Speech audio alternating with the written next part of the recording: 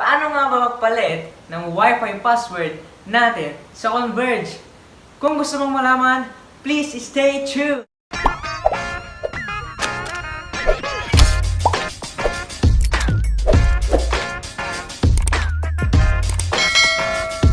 So, ang first step na gagawin natin ay punta muna tayo sa Chrome. Okay, so i-screen record ko to. Makita nyo dito yung screen. Dito. Okay? Okay, so punta tayo dun sa Chrome. Okay, and search nyo guys yung 192.168.100.1. Okay, so makita nyo dito yung screen nasa taas. Okay, ito siya. Yun, okay? 192.168.100.1. Okay, yan yung para sa Converge.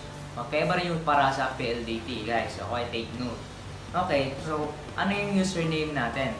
Makita natin dun sa likod ng modem natin. Okay, so ito yung modem sa likod ng Wi-Fi namin.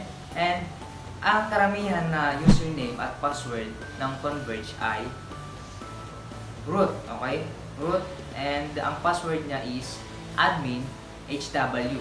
Okay, so kunyari ito, admin and HW. And after nun, after nyo may lagay, login nyo lang.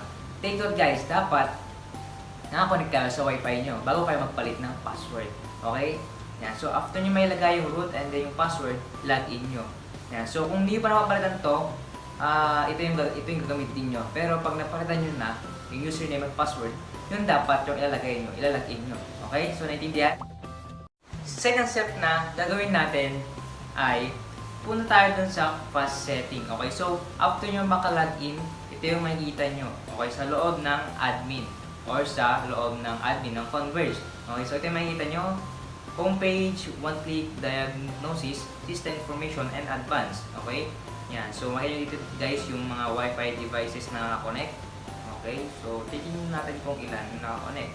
Okay, so 9 yung naka-connect yung devices. And makita dito yung kung ilang minutes or ilang oras na sila naka-connect. Okay, so makita dito yung wired device. Okay, so itong wired device is naka-connect siya dun sa CCTV namin. Okay, CCTV nila tida ang bigay ko kasi hindi naman bakit ko. Yan, so after nun, yan. After nun, ang second step is, ang gagawin natin is fast setting. Click natin yung fast setting. Makikita nyo dun sa taas. Okay, so ito siya. Yan. So makikita nyo dito sa screen. Ito yung fast setting. Nasa taas lang siya. Katabi ng root. Okay? Yan. Click natin yung fast setting. Yan. And then, makikita dito yung Wi-Fi configuration. Okay, so makikita dito yung username nyo and yung Wi-Fi password nyo na dati. Yan. So, click natin to. So, hindi ko napapakita yung Wi-Fi password namin dati.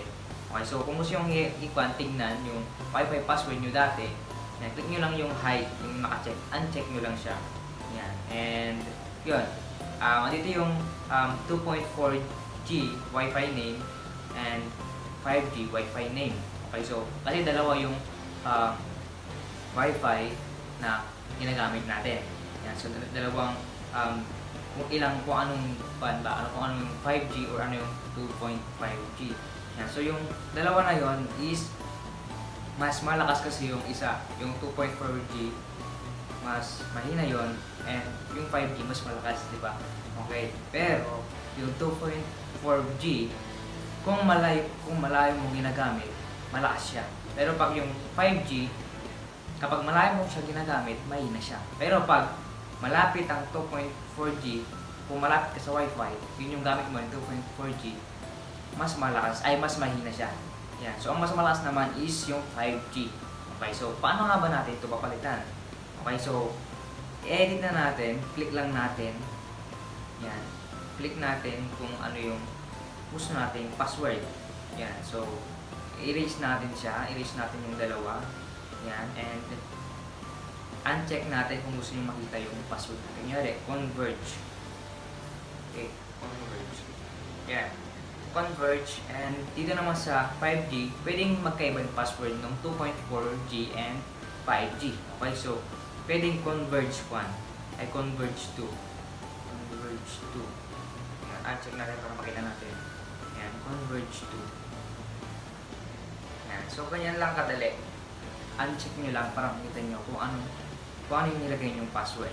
Yan. So, kung gusto nyo palitan yung name, para makita nyo kung 2G or 5G siya, click nyo lang yan and palitan nyo rin lang. Okay? And then, next natin. Kung gusto nyo lang i-save, i-next lang natin. Next. And, itong change your login password, ito yung sinasabi ko nung pag-una natin login. Yan, so dito sa admin. Yan, ito yung, kung gusto nyo palitan, pwede nyo palitan. Kasi yung karamihan na admin, na password, tsaka username is root, yung admin, ay yung username, root, and then, yung password is admin HW. Yun yung karamihan na ginagamit sa Converge kasi yun yung nakalagay sa mga Converge. Okay? So ako hindi ko na napapalitan yung old password, hindi na. Pwede natin i-skip yan para hindi natin makalimutan kung papasok tayo dun sa admin kung gusto magpalit ng password. Pero ang mahirap dito, pag di nyo tinanggal or di nyo pinalitan, yung mga nakakonect dito yung mga nakakonect sa wifi nyo, pwede nilang pasukin ito. Yan, kasi nga, alam nila yung username and password ng admin, lahat ng Converge. Kasi pare-parehas yan.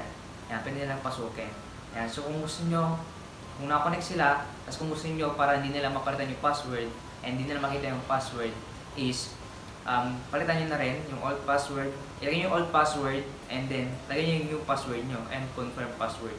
So ito yung password, new password nyo, and yung username nyo. Okay? Yan. So, laging username is yung root. Yan. And next nyo lang yan, and boom, yun na. Pero, ang tinuturo ko ngayon guys is yung paano nga ba na tayo mag-change ng Wi-Fi password. Which is yung una. Ginawa natin una. Pero ako, hindi ko napapalitan. Kasi nga, baka makalimutan ko. Pero pag nakalimutan nyo guys, yung admin ng username and password natin is pwede nyo siyang i-reset dun sa modem nyo.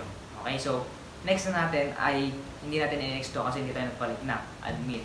Yan, sa admin, dun sa yung nakapasok tayo dito, yun yung admin. Yan, so, skip lang natin. Skip kasi hindi tayo nagpalit ng password ay ng username and password. And then, as you can see, nawala yung wifi ko. Okay?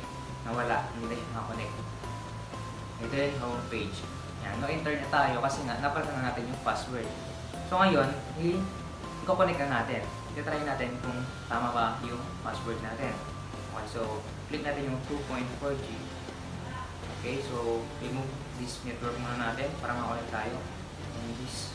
Okay. Remove this network. Okay, remove din natin to. And connect tayo. Okay, dito tayo connect. And yung password natin is Converge kanina. Converge. Okay. Connect. Yan. Try natin. So, okay na connect na tayo. Converge yung password ng 2.4G. And then, connect na tayo sa 5G. Okay, so, ang password is Converge 2. Yan yung password na lagay ko kanina. Okay. Boom. So, ganoon lang kadali guys, magpalit ng password. Kung nagustuhan mo tong video na to, please like and subscribe. Kung kalimutan mag-comment kung gusto mo tutorial. And meron na rin akong mga video tutorial about Android Fix. Kung gusto mong panoorin yung mga yon, i-check mo lang ang aking YouTube channel at baka madami pang matutunan sa aking YouTube channel. Sana ay natulungan kita kung paano nga magpalit ng password. And maraming salamat sa suporta. Maraming salamat sa pag-subscribe kung nakasubscribe ka na. And dito na natapos ang aking video tutorial. Don't forget to share your friends. FB Messenger. Maraming salamat and God bless.